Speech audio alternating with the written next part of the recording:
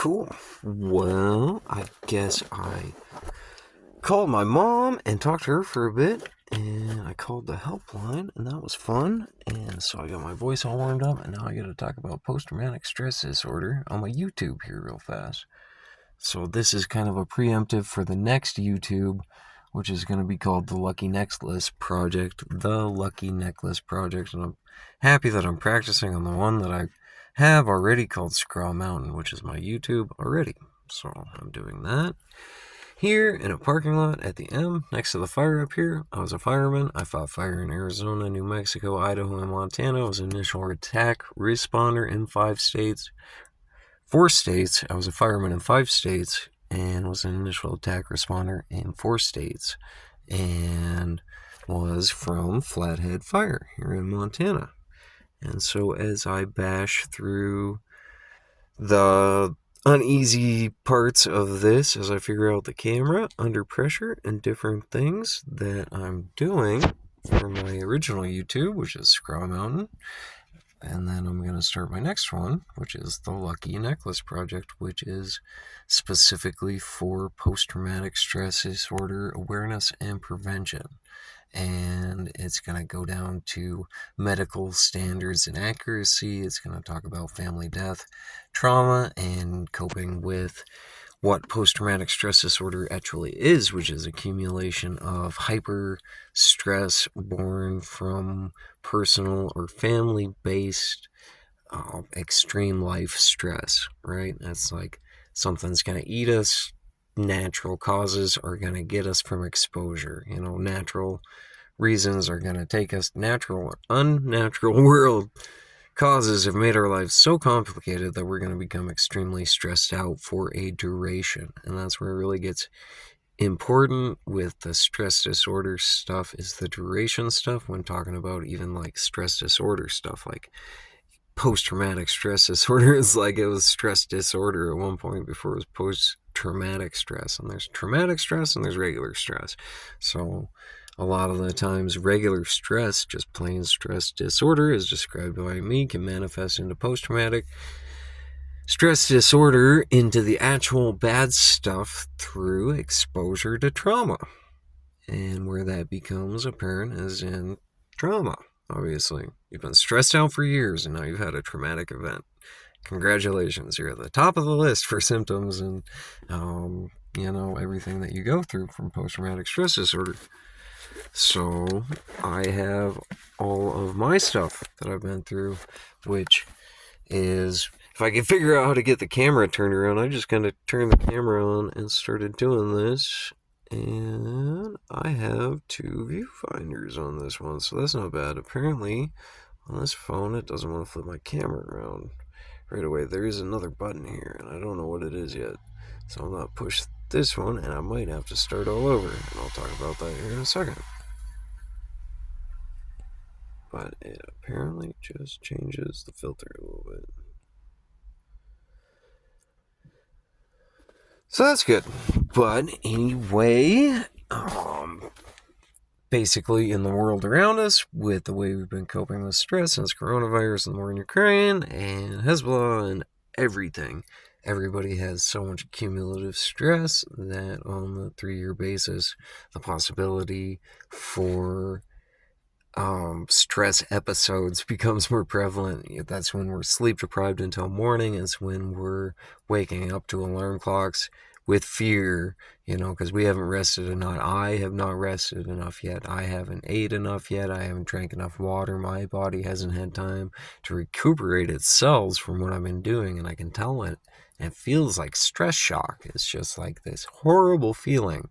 And it's like so hard to fight that, to be forced into fighting that again in the morning from being stressed from things. And the alarm clock rings, and there it is. I am depleted still from the stress in the world around me.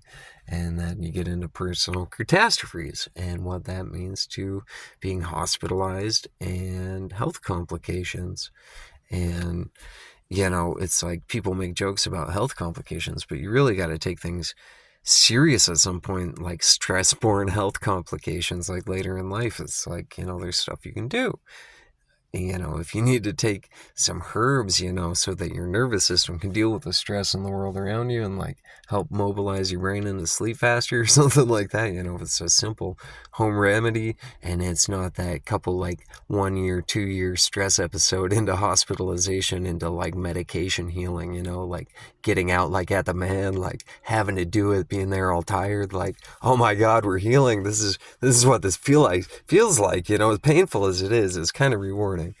And it's like maybe not letting it get to that point just through awareness and preventative steps, which are not that hard, which I have researched through these last 3 years of my life since my really bad hospitalization in the middle of Corona, after my dad's stroke, after my girlfriend's mom died in front of us, after Kat's mom died in front of us. And then my dad had a seizure, not a stroke, a seizure, and almost died, and then it was Corona. And it was like through all of my pre-existing conditions, from firefighting, from working in the oil patch, from one of my very close friends passing in a car wreck, and right down, my girlfriend's mom dying and my dad almost dying and everything. And it was like, I was actually having like very real, like active post-traumatic stress disorder, like bad stuff symptoms. And it was like, you basically don't sleep and you have nightmares, and then you get so sleep deprived and zombified that you lose your life in this angry, confused state. And that's what like getting overly sleep deprived from stress really does in the long haul. It's all about little tactics to just stress manage on that bad night when you don't sleep and the alarm clock goes off and you know that you didn't have enough water, enough sleep, and your cells are depleted, and it's natural causes because of the world and everything. It's just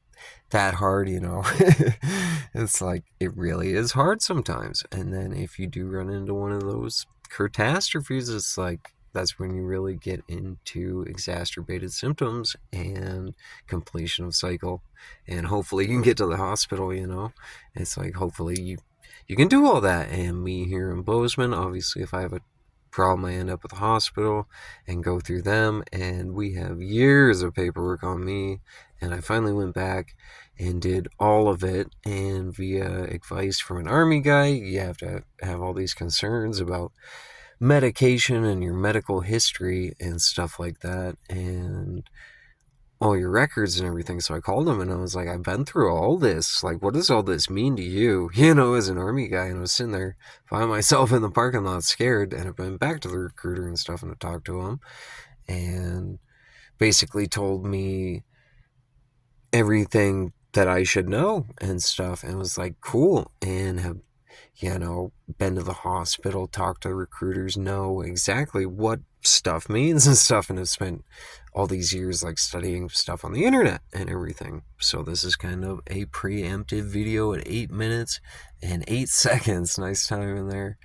And a preemptive video to my real YouTube, as kind of like a cool way to think about it would be like a prelogue, like a book, like kind of like an introduction. This is my YouTube called The Lucky Necklace Project, and it is a post-traumatic stress disorder awareness and prevention group. Just if you have it, awareness of all the different medical manuals I've read, the pages I've read on the internet, and all of my personal experiences. I can give firsthand accounts of all the personal trauma factors that I have in my life, and like recorded symptoms of myself through hospitalizations and personal records and stuff over a 7-year span, from the time right before I turned 27, until I turned 30, until I turned 32. I was 31 and I was 26. So it was 26 and 31, but it's like right at that Christmas time, and I'm an Aquarius, so I turned my birthday on January 23rd, 1989. So I turn over right after Christmas, and I'd have my post-traumatic stress episode right before that, and it all started right when I was 26, right before I turned 27. And things, I got so sleep deprived over so long that I got hospitalized and just got so shaken, and then like dropped back into my life. And it was like so much fun that like got shaken out through the world in a little bit. And a lot of it, my girlfriend's mom died, my dad almost died from a seizure and stuff. And then it was Corona, and so it was like really like a stumbling block. It was just like, you have all this stuff here, hold this real fast. And then it's just like, gotta like live there as a dyslexic, even, I'm a right brain dyslexic dominance.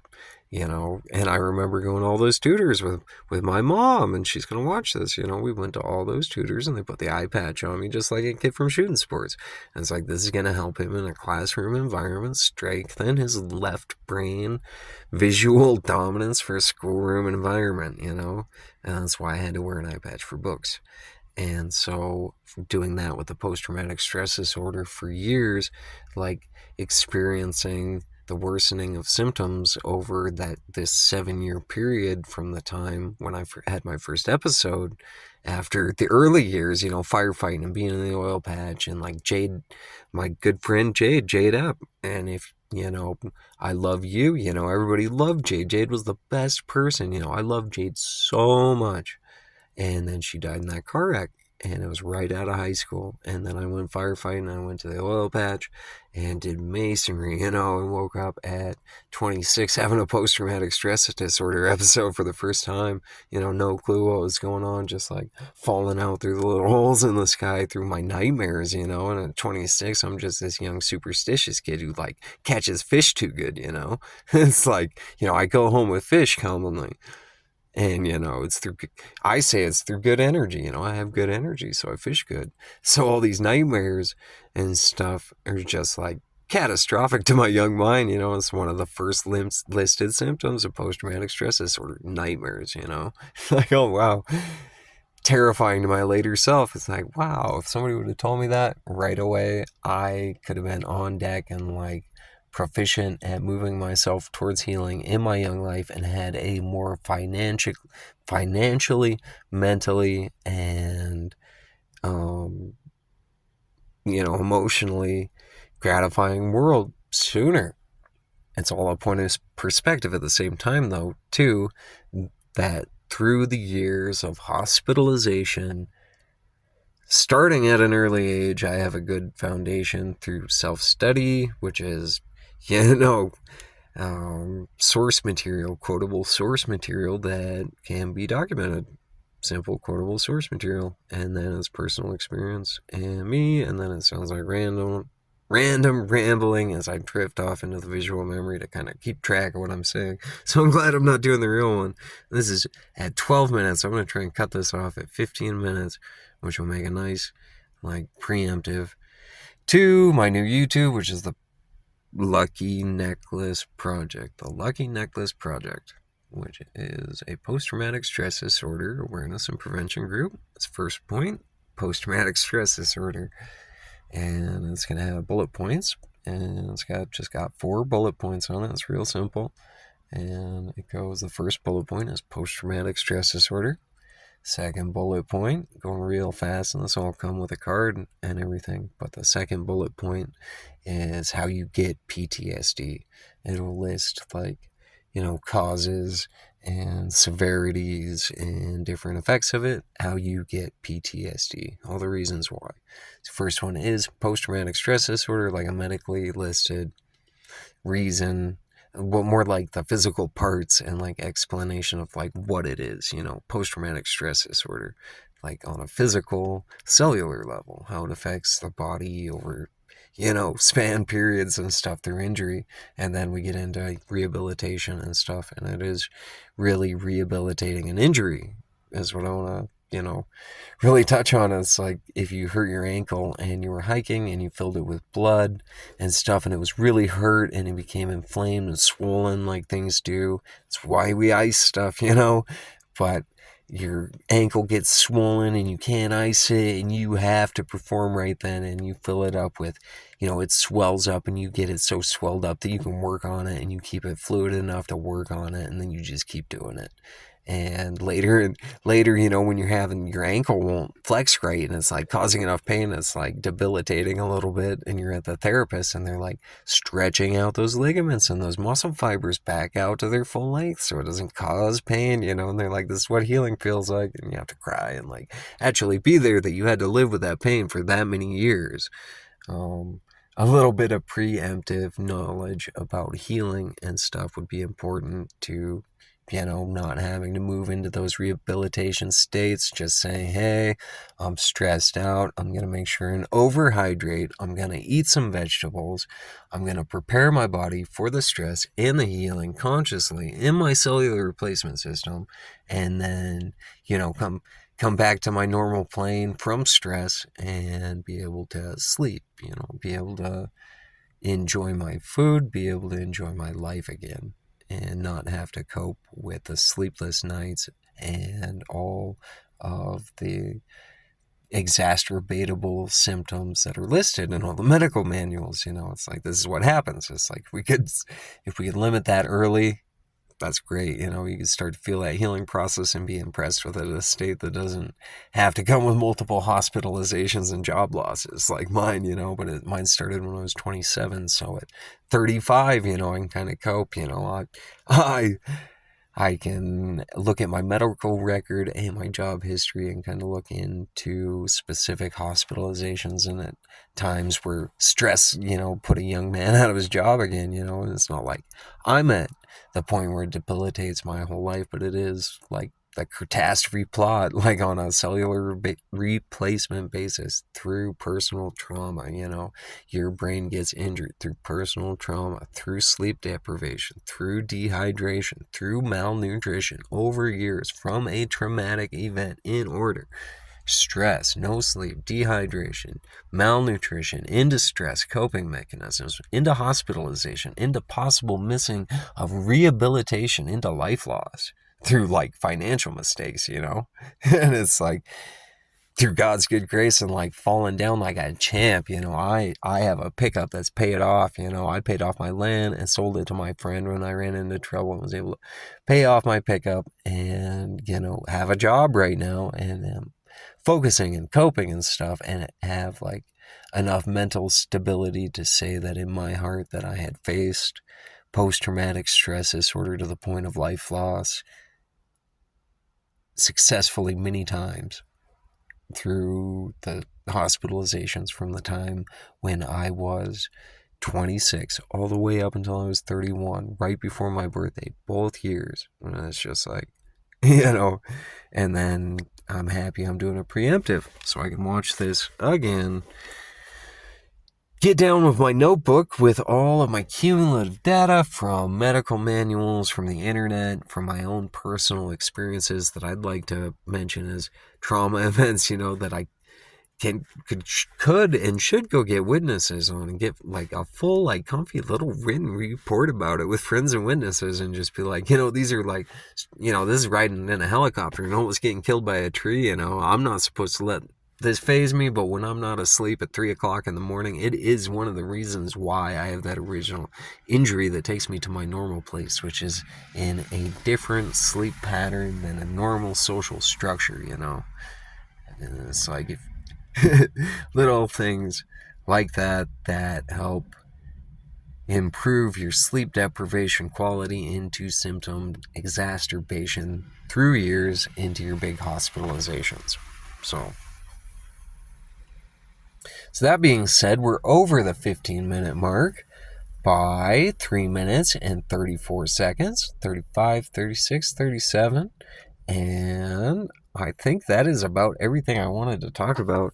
I got a bunch of books, and I need to get copies of medical manuals and stuff just for fun so that I can look at them and see that it's already, source dated and like scientifically proven and stuff just for fun, for like scientific accuracy. It's not like, just me doing it by myself, like la la la la la, I'm making stuff up out here sitting in my pickup or something, it's like a medical book, internet, these are websites that you can go to. These are books that you can look up. This is stuff that has helped me through those years where I was working my way up to hospitalizations and having to bail my way out of them under pressure, It's like, it's funny. I got a motorcycle a little while ago after I paid my pickup off, and I didn't have that pickup payment anymore.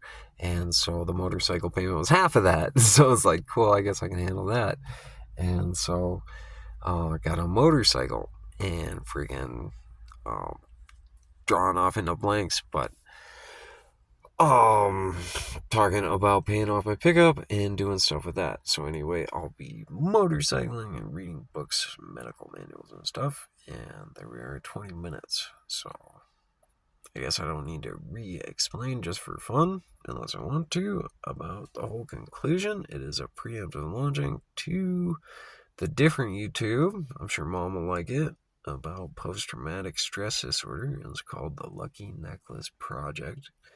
And it's 4 points about post-traumatic stress disorder, and then I'll cover lots of books and stuff like that. Basically, what it is, what post-traumatic stress disorder is medically on a cellular replacement basis, and then, you know, how the scientific world explains healing processes.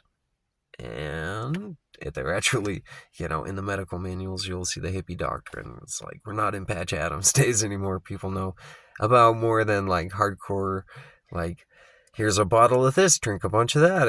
It works great. And then like nobody's seen it work on a 10-year basis, But the hippie remedies, herbs, and we could get into like the stuff that they gave me in the hospitals when I was in those post-traumatic stress disorder episodes where it goes into like, I'm having symptoms, I'm here again, and it's like, why am I here again? It's been a year.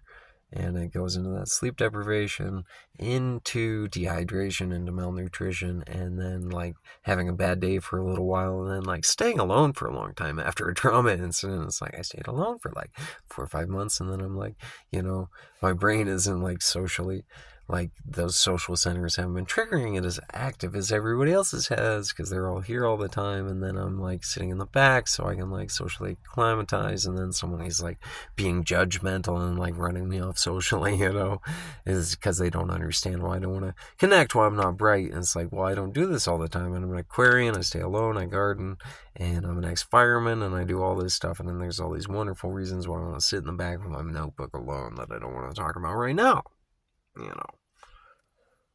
And then you isolate, and it exacerbates. But anyway, and it'll be about what post-traumatic stress disorder is on a medical basis, how you heal it on a medical basis, and let's see, what are my 4 bullet points? I got my notebook right here somewhere. It is post-traumatic stress disorder, how you heal post-traumatic stress disorder, how you get post-traumatic stress disorder, like family death, car wrecks, natural disasters, stuff like that, like different events, and like severity, like severity of stress levels, and like how stress disorder manifests into post-traumatic stress disorder and catastrophe, through like the wrong diet and like hydration and everything. How like you won't end up in the same thing that I do or did from firefighting, it's like, and that sounds like an ego, it's like, you could have a real nice post-traumatic stress disorder just for having like a normal life and having the wrong diet for too many years. It's like the same quality of medical issue as somebody could have. It's just like nobody knows it, and you're gonna get like exodus from like a little social community, and then you won't have good self-esteem, and then it's like you don't sleep enough, and then it's like really slippery. So it's like how things happen and how you heal it, and then awareness and prevention. So that should be fun. I feel like saying it the right way because I got it in my notebook somewhere here. So I'm happy I'm not doing a real one here, and I will do the real one soon. And won't we feel cool at the dialogue and how nice it is. So this is for Sprout Mountain, for my YouTube that I did off the property that I sold to Aaron. And obviously I'll keep going off that.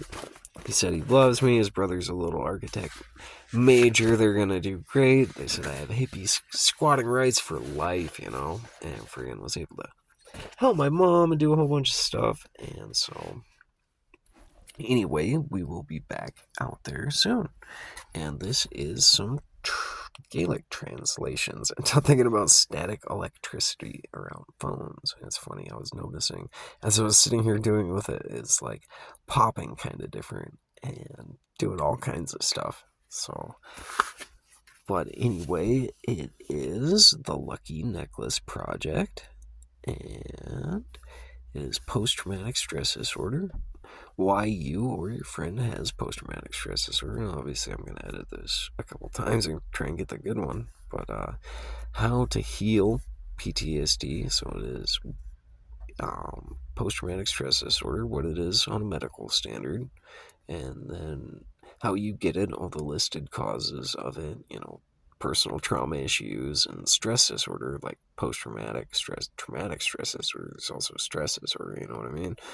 But and how to heal PTSD, and then all the listed medical factors and hippie conjuring remedies that you can think about on those nights when you're just doing it again, being sleep deprived for the future one, and how to heal PTSD and awareness and prevention. And then kind of go from there. So I really like it so far. I like the 4 bullet point thing, and then it's the Lucky Necklace Project with the 3 bullets. It's kind of funny. It's like do the 3 one and then the 4 one after. So the Lucky Necklace Project, and there'll be more after the 4 bullet points of post-traumatic stress disorder. So at 25 minutes and just about to turn over, I think I'm going to say that is about enough for me and a good place to put this down and just be calm for a while. So, and then we will get back to it, and it will be the Lucky Necklace Project soon, but I'm going to keep this one. I'm going to have 2 YouTubes now, so it'll be fun. I'll try and post it extra on the other one. I'm going to get business cards and like pamphlets and stuff about post-traumatic stress disorder. It'll be like one of those times when I was sitting there in the hospital and I got there by the skin of my teeth. All I could think about was just like trying to help somebody who didn't have like that extra magic little resource, that I had right then. It's like, well, I'm giving me a 20 right then. Not everybody can do that. So anyway, thank you for everything, and I will go over the rest of it later. Thank you.